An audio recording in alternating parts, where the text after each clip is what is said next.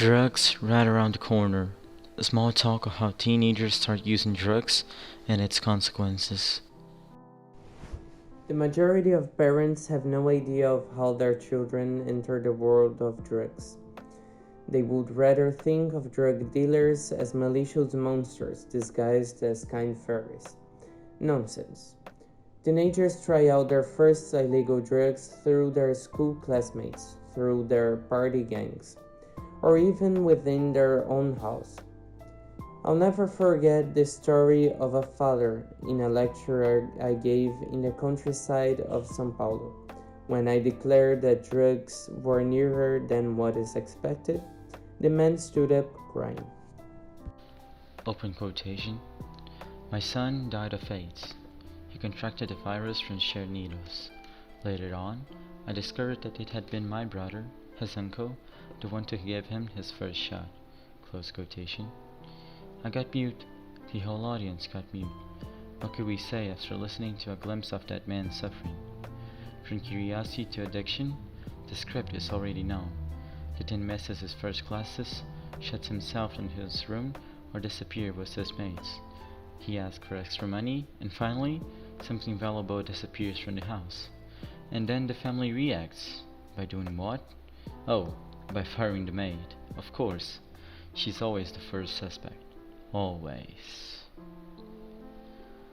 A friend whose daughter had been hospitalized once said, open quotation, I still don't understand how I didn't realize.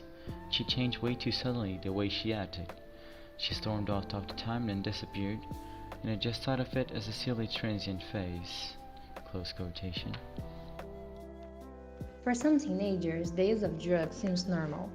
Their own parents use it, mainly the ones considered weak, like weed. The friend's father, in many situations, offered him his first cigarette, as it was a ritual for starting the adult world. I've heard parents like this one argue that weed is less dangerous than cigarettes. It can even be, although I doubt it. I've never seen an ordinary smoker become someone slow, with empty thoughts, like a weed user. And the weed is mixed, nobody knows with what. And also, if something is less dangerous, it doesn't mean it's good. I also hear other kind of defense. Alcoholic beverages are much worse than any kind of drug. Surely, alcoholic people destroy their own lives, but most people only drink socially.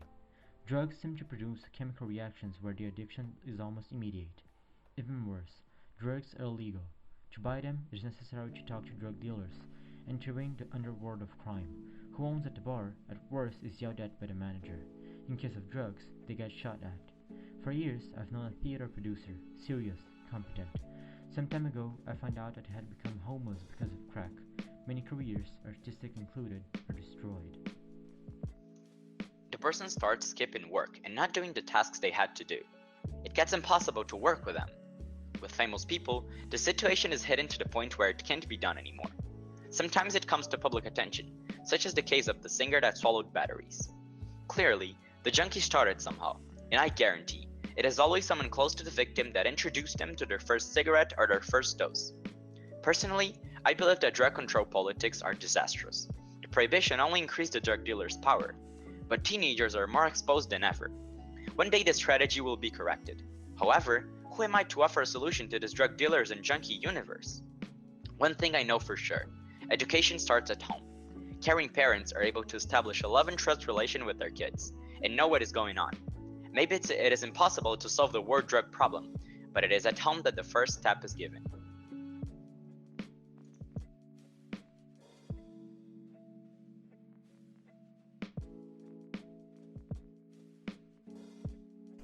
Gustavo is now going to make some comments about our experience working together and where he thinks we can improve.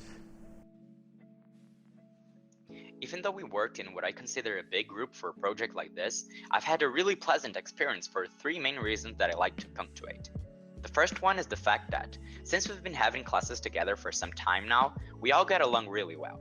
So usually, when we're together, we manage to have fun without damaging our learning process. Actually, I'd say the fun we have only makes it easier and lighter to learn. Secondly, the fact that we were all active during the process. One thing I really fear when having to work in groups is to work with lazy people that don't want to help and leave everything for the others to do. However, this wasn't the case with these people, since everyone was fast in understanding its function in the group and always offered to help or to do more if necessary. Last but not least, none of us lack quality in any of the aspects of the English language. We aren't perfect, but for our level, we are all capable of doing what we're asked. So I never had to be more careful with someone, knowing that this person, if not helped, would be a problem for the development of our project.